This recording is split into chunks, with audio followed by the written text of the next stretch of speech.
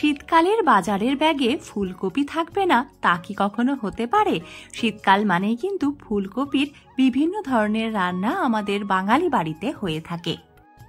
যেমন ধরুন ফুলকপির সবজি, ফুলকপি ভাজা, ডালে ফুলকপি, মাছে ফুলকপি, ডিমে ফুলকপি, এমনকি চিকেনেও ফুলকপি। বিভিন্ন পদ আমরা ফুলকপির খেয়ে থাকি। আজ এই শীতের দুপুরে আমিও তাই রান্না করছি ফুলকপি দিয়ে মাছের ঝোল। প্রত্যেকটা বাঙালি বাড়িতে যেমন হয় ঠিক তেমনই। উনুন, টেস্ট অফ বেঙ্গল, সহজে রান্না শেখার ঠিকানা। আপনাদের সাথে আমি পায়েল। শুরু করছি আজকের রান্না। আজ রান্না করছি ফুলকপি দিয়ে রুই মাছের ঝোল। আর এর জন্য আমি এখানে 6 পিস রুই মাছ খুব ভালো করে ধুয়ে তাতে নুন হলুদ মাখিয়ে নিচ্ছি।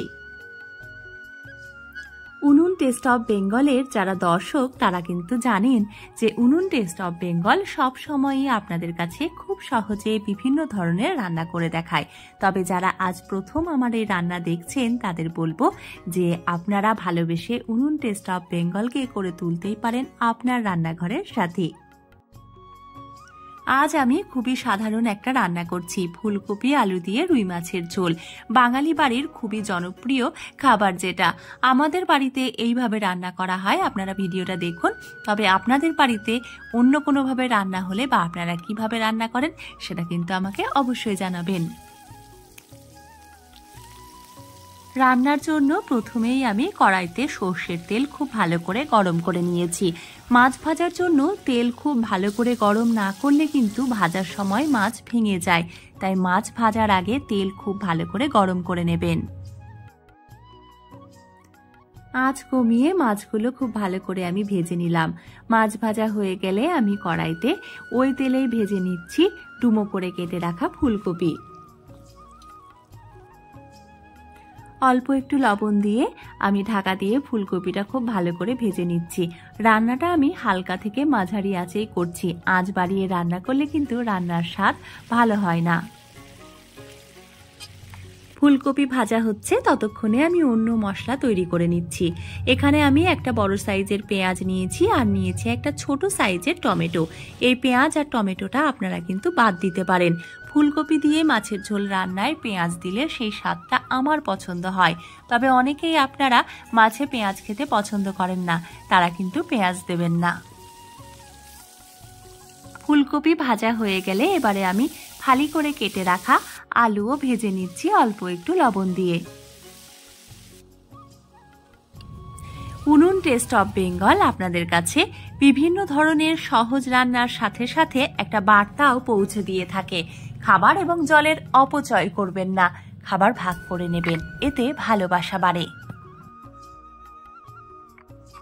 বিশেষ করে পশু পাখিদের অবশ্যই খাবার দেবেন। সময় পেলে আমি বাটা মশলাতেই রান্না করতে পছন্দ করি, তাই আমি মশলাগুলো এখানে বেটে নিচ্ছি। এখানে যে পেঁয়াজ আমি কেটেছিলাম তার থেকে অর্ধেক পরিমাণ পেঁয়াজ টমেটোর সাথে বেটে নিয়েছি। এবারে কয়েকটা কাঁচা লঙ্কা, হাফ ইঞ্চি পরিমাণ আদা, তার সাথে কয়েকটা শুকনো লঙ্কা আর 1 চামচ গোটা জিরে খুব ভালো করে আমি বেটে নিচ্ছি। কাঁচা লঙ্কা এবং শুকনো লঙ্কা আপনারা কতটা দেবেন সেটা কিন্তু নির্ভর করবে আপনারা যেরকম ঝাল খান তার উপর। আলুগুলো ভাজা হয়ে গেছে, এবারে আমি সেই ভাজা আলু তুলে রাখছি আর তারপর ফোড়নে দিচ্ছি গোটা শুকনো লঙ্কা, তার সাথে সামান্য গোটা সাদা জিরে আর দিয়ে দিচ্ছি তেজপাতা। এখানে গোটা জিরের পরিবর্তে 5 ফোড়নও ফোড়ন হিসেবে ব্যবহার করা যেতে পারে। ফোড়ন থেকে সুন্দর গন্ধ বেরোলে আমি দিয়ে দিচ্ছি পেঁয়াজ কুচি। পেঁয়াজ কুচিটা হালকা ভাজা হয়ে আসলে পেঁয়াজ টমেটো বাটা দিয়ে দিয়েছি আর সাথে অবশ্যই দিয়ে দিচ্ছি পরিমাণ মতো লবণ আর তার সাথেই দিয়ে দিলাম 1 চিমটি মতন চিনি। এই চিনি রান্নায় মিষ্টি ভাব আনবে না, রান্নার স্বাদ বাড়াবে এবং তার সাথে রান্নার রঙকেও সুন্দর করবে। এবারে আমি দিয়ে দিচ্ছি বেটে রাখা অন্য মশলাগুলো আর তার সাথেই আমি দিয়ে দিচ্ছি 1 টেবিল চামচ হলুদ আর সামান্য ধনে গুঁড়ো আর তার সাথে দিয়ে দিচ্ছি আমি 1 চা চামচ মতন কাশ্মীরি লঙ্কার গুঁড়ো। এবারে মশলা থেকে তেল ছাড়তে শুরু করলে ভেজে রাখা আলু আর ফুলকপি দিয়ে কষিয়ে নেব আরও বেশ কিছুক্ষণ। এতে করে ফুলকপি আর আলুর সাথে মশলাটাও খুব ভালো করে মিশে যাবে, সেদ্ধও হয়ে যাবে সবজিগুলো এবং মশলা থেকে কাঁচা গন্ধও চলে যাবে। মশলা কষানোর জন্য অল্প অল্প করে জলের ব্যবহার করা যেতে পারে।